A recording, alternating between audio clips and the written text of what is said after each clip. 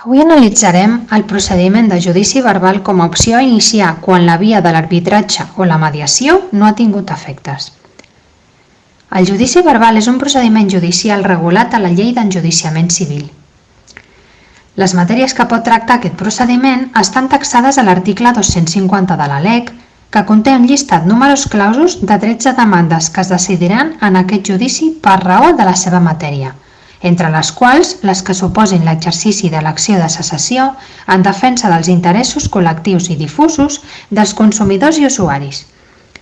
Igualment, també es decideixen per aquest procediment les reclamacions de quantia de menys de 6.000 euros sempre que no estiguin previstes per la llei per decidir-se en judici ordinari. Per iniciar el judici verbal es pot prescindir d'advocat i procurador en els casos en què la quantia no excedeixi dels 2.000 euros, però en canvi serà obligatòria quan aquesta quantia sigui superior. En aquest cas, quan hàgim de comptar amb la intervenció d'advocat i procurador, podrem optar per contractar professionals de forma privada o bé sol·licitar justícia gratuïta, és a dir, professionals del torn d'ofici, en cas que es compleixin uns requisits econòmics i patrimonials específics. Les fases d'aquest procediment són bàsicament 4: demanda, contesta, vista i sentència. La demanda serà el que inicia el procediment. És un escrit que haurà d'explicar detalladament els fets i concretar la nostra petició. Cal acompanyar tots els documents necessaris, incloent-hi l'expedient de queixa o reclamació de consum. Un punt important és saber on presentar la demanda, és a dir, el jutjat competent. En aquest cas, podrà conèixer del procediment el jutjat a primera instància del domicili de la persona o entitat demandada, o el lloc on l'empresa desenvolupi la seva activitat. Quan la demanda entri al jutjat i compleixi els requisits exigits legalment, llavors serà admesa a tràmit i llavors se comunicarà a la part demandada.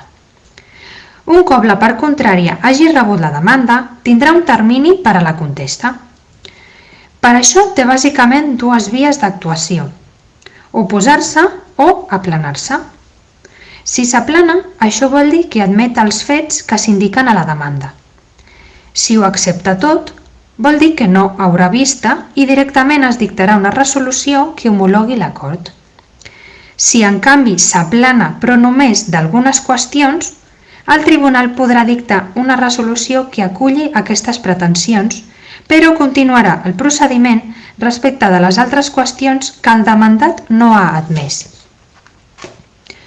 Finalment, el demandat es pot oposar, que implica que nega tot el que se li reclama.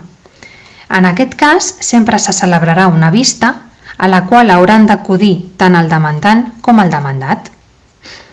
En aquesta vista es procedirà principalment a debatre quin és l'objecte del procediment, a proposar prova i a practicar-la.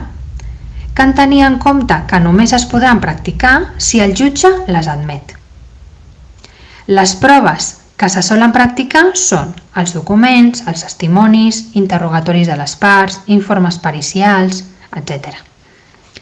Un cop s'ha fet la vista, el jutge dictarà sentència. Si la sentència és desestimatòria, és a dir, que no acull les nostres peticions, podrem interposar recurs d'apel·lació davant d'un tribunal superior, llevat d'excepcions molt concretes que estableix la llei.